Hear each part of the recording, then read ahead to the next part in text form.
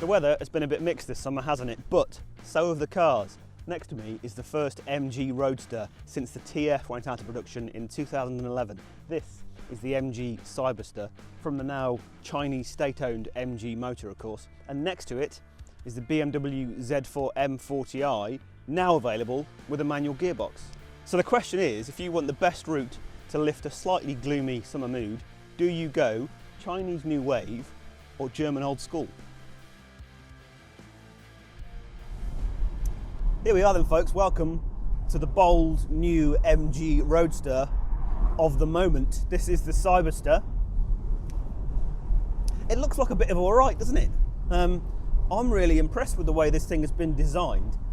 I think it's really appealing. It's not very original, is it? There are kind of bits of Lotus from the back, bits of Alfa and Maserati from certain angles. The way that sort of that waistline's pinched in just behind the door, that's a bit sort of Aston Martin somehow. Basically, they're not afraid to borrow quite liberally from the sports car and supercar design playbook, are they? But they've done really well with it, I think. And if you look at the surface language of this car, it really is quite complex. Can't be easy to manufacture. So that in itself, from MG, I think that's a bit of a statement. So what's the interior like? Well, it certainly has a good first impression, a bit like the outside. It's pretty expensive looking and feeling. It's made of the right sort of materials, nice leathers, nice bit of synthetic suede here. It's upmarket. The quality isn't letting it down anywhere. It stands up, I think, as a sort of a 55, 60,000 pound car, which is what this is. Some of the fine details maybe aren't quite so good. So the way the infotainment, the digital technology in the car is all laid out, it's quite sort of space age. You've got instruments in front of you. You've then got two secondary screens either side of the steering wheel for your entertainment options and your trip computer. Depending on where you sit in the car and how tall you are, they may be more or less obscured by the orbit of the steering wheel, which is a bit of an ergonomic problem. I know people who have driven this car and been really bothered by the fact that they couldn't really see those two screens because the steering wheel was in the way. But for me, I can sort of see them okay. Other than that, though, just the primary ergonomic layout and design of the car isn't great. I feel like I'm maybe 3 or 4 inches too high in the car because obviously sat on the battery pack, which is on the floor of the car. That leaves my head a little bit too exposed to the wind. When the roof's up, my head's on the cloth hood. I think if MG had been a bit more innovative with the way they designed the car, they'd sort of arrange the battery pack around a hollow for your backside to drop into so you could just sit that little bit lower. I think everything else would have been easier to sort out. And then there's all the ADAS stuff, the kind of secondary level stuff that again, just,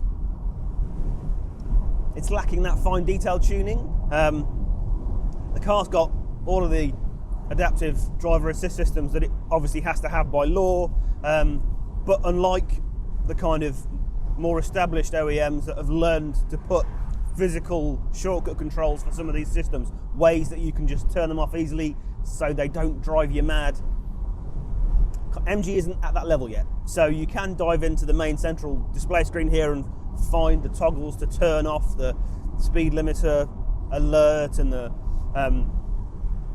lane keeping system. That's a bit fiddly to do. There's a driver monitoring system which is always on. I'm surprised it's not beeping at me now, because when you're just driving this car normally, my word, it's insistent and it's always there. You can't turn it off. That's a bit annoying. I would like them to sort that out quickly, please. Overall though, I'd say the interior of this car, it's a pretty good start. It's got the quality. It's sort of reasonable for space and practicality and isolation. I'd say it's maybe 80-85% there. So let's get into driving experiences then. You might wonder why bother comparing an electric Roadster to a petrol-powered one at all, right? But at the moment, this is pretty much the only electric Roadster in its class. Tesla's been talking about doing a new roadster for years, hasn't got around to it yet, and when it does, it won't be anything like this. It won't be a £55,000, 330 something horsepower car, will it? It's going to be 0 to 60 in 1.9 seconds, as Elon always says. However, this car and the Z4 are peculiarly closely matched in lots of ways. So this one is available single motor, 336 horsepower, I think, for about £55,000. You can have a twin motor one with just over 500 horsepower if you like, for just under £60,000. The BMW is a £61,500 car as we've got it with the manual gearbox. So if you have this single motor MG and the manual gearbox Z4, you've got a £55,000 MG versus a £61,000 BMW. Both cars do 60 in around about 5 seconds. I think this one bang on 5 seconds. The BMW is slightly quicker, 4.6. Both cars have 336 horsepower exactly. So they're closer than you might think. So this is only the lower powered Cyberster then. And I wonder if you might drive it, anybody might drive it and think, oh, well, this isn't quick enough, I need something better than this. I think it's very unlikely, given the likely audience for this car. I think most Cyberster drivers who go out and assume they need the twin motor model will probably scare themselves half to death and then buy a single motor one. Because this car is plenty quick enough. It's got all that electric torque, that accessible traffic light oomph that's right under your pedal as soon as you take off from standing. Whereas the BMW has that different sort of character. It's more interactive because it's a manual. It's got a combustion engine and a BMW straight six at that, so it's got all that richness and that character. It's something to interact with and enjoy, and obviously it's got that lovely building power delivery as you rev the engine out. So they're quite different cars. The MG is all about low speed response really, and kind of agility, that kind of ability to just whisk past somebody at will like this.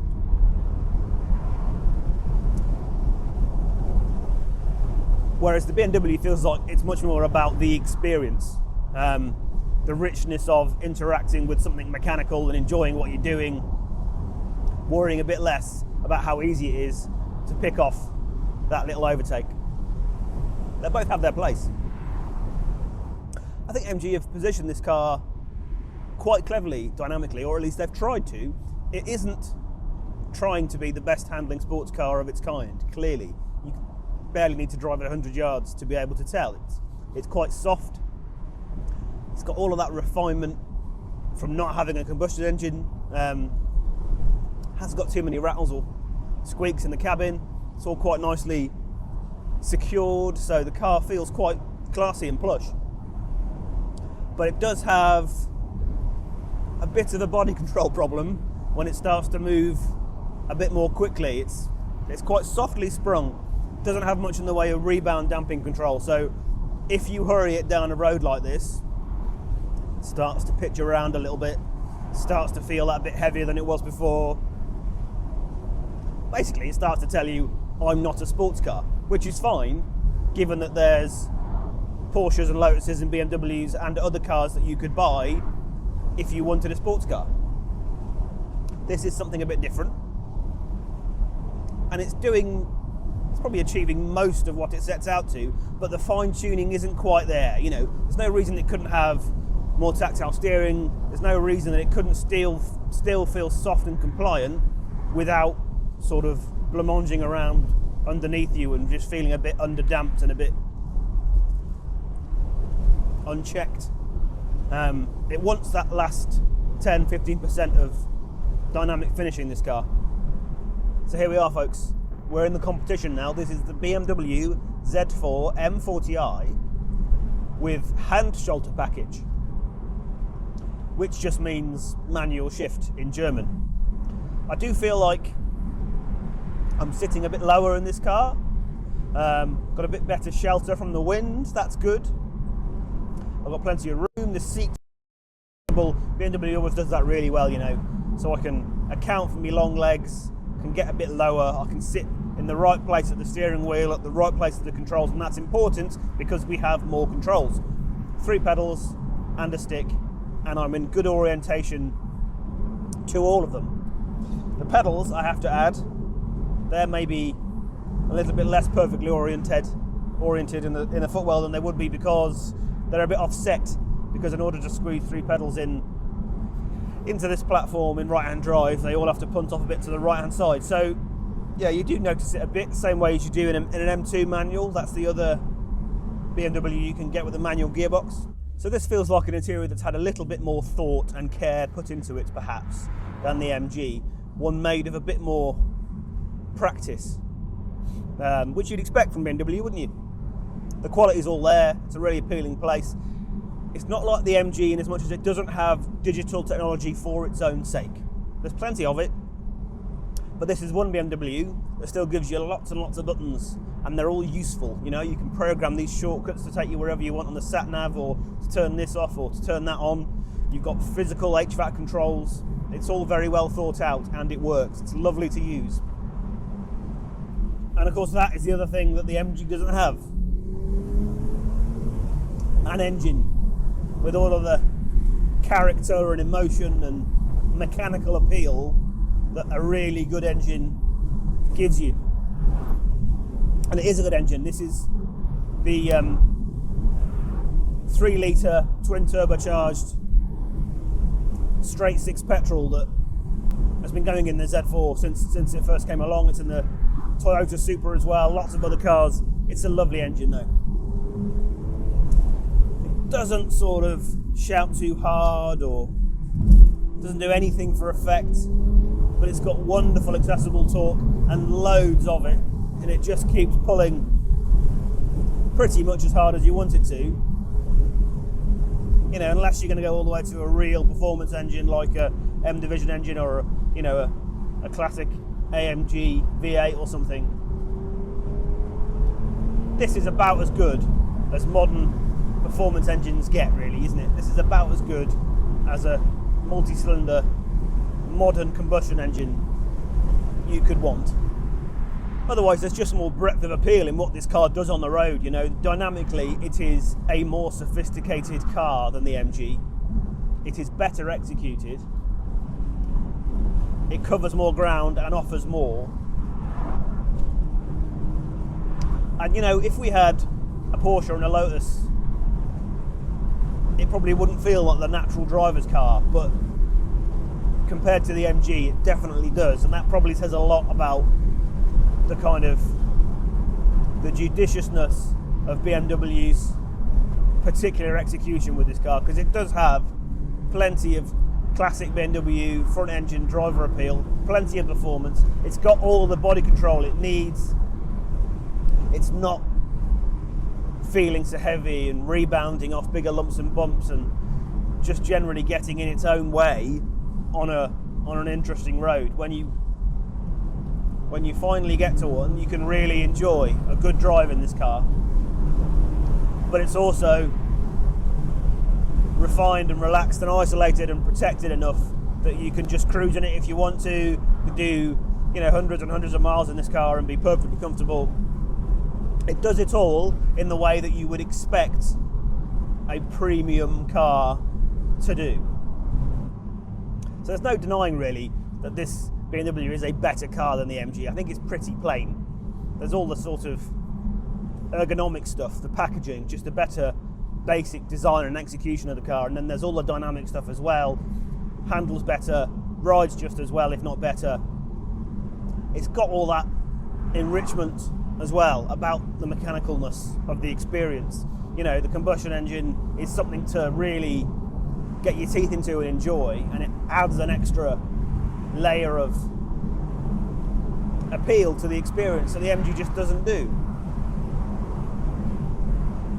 If it was my money, while I still could, I would buy a Roadster like this rather than the MG, because there's just more to enjoy. But that's not to say that the MG won't find its own audience, and it doesn't have its own identity and its own appeal.